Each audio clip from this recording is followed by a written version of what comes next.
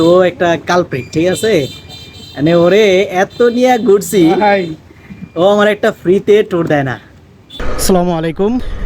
এখান দিয়ে আমরা যাব হচ্ছে মকশবিল, এবং সামনে কুকুর টুকুর পাই তাহলে তাদেরকে একটু খাবার দাবার ব্যবস্থা করে দিব। এটা হচ্ছে আপনার বরাবর রাস্তা, পক্ষে ছোটোবেলা থেকেই চলাফেরা এই রাস্তা দিয়ে, এবং খুবই পরিচিত রাস্তা। হ্যাঁ, যদিও এই রাস্তা পাকা ছিল না, এখন পাকা করা হয়েছে। এবং প্রতি শুক্রবার চেষ্টা করি মাঝে মাঝে একটু ঘুরে ফিরে দেখার জন্য বা আপনাদেরকে দেখানোর জন্য। আমাদের গাজীপুরে যারা আছেন আপনারা জানেন যে মকশবিল কত সুন্দর একটা জায়গা। যদি এই মুহূর্তে বৃষ্টি বাদল নেই, এখন ধান ক্ষেত, সম্ভবত ধান ক্ষেত আছে, আর পানি যদি ওঠে তাহলে একটু একটু পানি। তারপরও যাচ্ছি চলতে চলতে, কিন্তু একেবারেই মকশবিলের কাছাকাছি চলে আসলাম। তার ফাঁকে একটা কথা বলি, এই সামনেই একটা বাইক দেখতে পাচ্ছেন, সেটা হচ্ছে আমার এক ভাগিনা। তো আমাদের এলাকাতেই এক ওয়ার্কশপে চাকরি করে আমাদের জহির ভাই। তিনি অনেক ভালো একজন মেকানিক। তিনি নিজেই লেদের মালিক। আপনার মোটর সাইকেলের যত প্রকার কাজ আছে লেদের, সব কাজ এই ছেলেটা করতে পারে।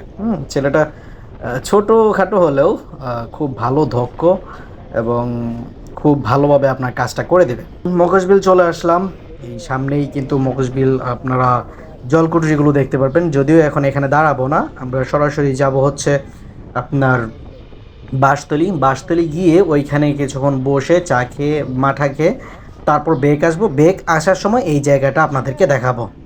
এখন আমরা সরাসরি চলে যাব হচ্ছে বাঁশতলি, এবং আমরা যে রাস্তাটা দিয়ে যাচ্ছি বামের দিকে হচ্ছে, আপনি যদি বামে যান তাহলে সেটা হচ্ছে আপনার বাঁশতলির উপর দিয়ে আপনি সেদিক দিয়ে কালিয়াকৈর যেতে পারবেন, এবং আপনার সখীপুর যেতে পারবেন। ডান পাশ দিয়ে কিন্তু আপনারা বড়ইবাড়ি যেতে পারবেন।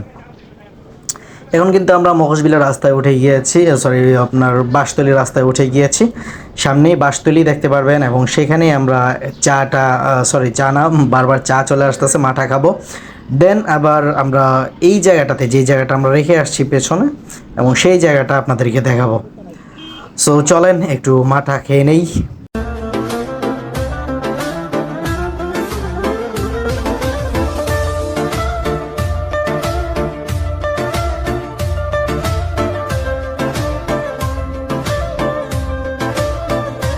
এটা হচ্ছে বাঁশতলি, আমরা যেখানে আছি, এবং অনেকবার আসা হয়েছে, যদিও তখন ব্লগের সুবাদে আসা হয় নাই।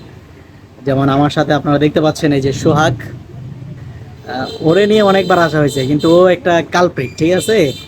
মানে ওরে এত নিয়ে ঘুরছি, ও আমার একটা ফ্রিতে ট্যুর দেয় না, ঠিক আছে। আপনি তো সময়ই পান না। হ্যাঁ, তো একটা ফ্রিতে ট্যুর দেয় না। ও হচ্ছে চিল ট্যুরিজমের একমাত্র ম্যানেজার সোহাগ।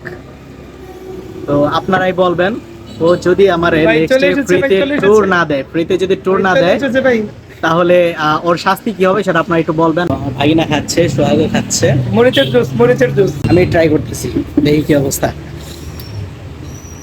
এই জায়গা আপনাদের চেনানোর নাই। গাজীপুরে যারা থাকেন তারা, মানে কোনাবাড়ির আশেপাশে, এখন গাজীপুর তো অনেক বড় এরিয়া, যেমন কালিয়াকৈরের মানুষ সবাই এদিকে আসছে, এবং কোনাবাড়ির আশেপাশের মানুষ সবাই এদিকে আসছে। যদিও আপনার শ্রীপুর, বর্মি, মাওনা ওদিক থেকে কেমন মানুষ আসে আমি জানি না, তবে এই জায়গাটা খুবই প্রসিদ্ধ।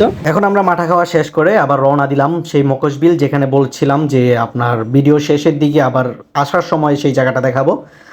মোটামুটি সেই জায়গাতেই চলে যাওয়ার জন্য প্রস্তুতি নিয়েছি। একটু পর আমাদেরকে সেই জায়গাটা তুলে ধরবো, এবং এই জায়গাটা আরও বেশি সুন্দর লাগে আপনার। হ্যাঁ, একটু আগে যেখানে গিয়ে মাঠা খেয়েছিলাম সেখান থেকে এই জায়গাটা আরও বেশি সুন্দর, কারণ আপনারা দেখেন এখানে কিছু আপনার শিশু মেলার মতো করা আছে।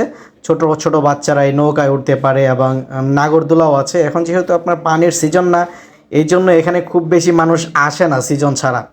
কিন্তু যখন সিজন আসবে, তখন আমরা যেই টাইমে আসছি তখন এই টাইমে ওখানে পাড়া দেওয়ার মতো আপনার পরিস্থিতি থাকে না, এতটাই জনপ্রিয়।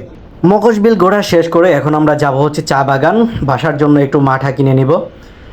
মকশবিলের মাঠার থেকে এই চা বাগানের মাঠাটা অনেক বেশি ভালো লাগে আমার কাছে, এবং সবার কাছেই ভালো লাগবে। কারণটা কি, আপনার চা বাগান হচ্ছে মাঠার মেইন কেন্দ্র। মানে শুরু থেকেই চা বাগানই মাঠা পাওয়া যেত। যখন মকশবিল আস্তে আস্তে পরিচিত হওয়া শুরু করছে, তারপর আর কি তারা মাঠা তৈরি করতেছে, কিন্তু সবার আগে কিন্তু মাঠা ছিল আপনার এই চা বাগানই।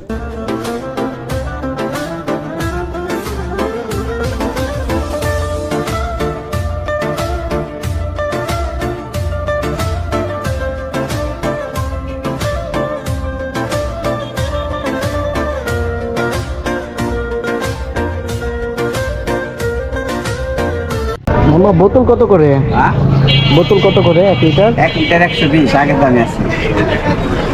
ক লিটার? 1 লিটার 2 লিটার 4 লিটার দেন। 2 লিটার বোতল দিই। 2 লিটার দিই। খাবার লেগে কটা দিই? খাওয়ার জন্য 3টা দেন। হ্যাঁ খাওয়ার জন্য 3টা দেন। মরিচ দিয়েন না, হ্যাঁ?